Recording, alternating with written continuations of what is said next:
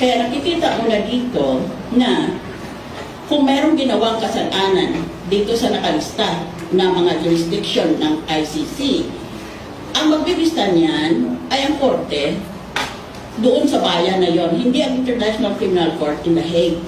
International Criminal Court, as I said, is a court of last resort. Pag hindi mo mabigyan ng katarungan ang akusado, ayaw mo o kaya hindi mo kaya, ay saka pa lang yan pupunta sa ICC. Kaya maling-mali yung mga pinagtatanong sa akin sa Senado.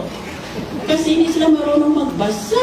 Akala ko that literacy is not even a requirement of the Philippine Constitution because we all presume with free elementary and high school education in our Constitution that everybody is literate. That's why we don't even demand that a voter must be literate. Eh, basahin mo lang, nakalagay naman maliwanag doon na magbibista ang bansa kung saan nangyari yung mga krimen na sinasabi. Hindi naman iyan dadalhin kaagad sa The Hague. Kaya bakit tatanungin ako?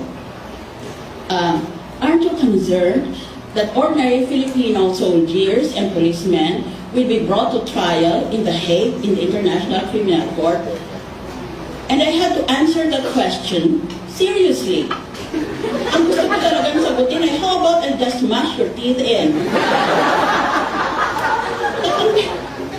Tatangin pa ako.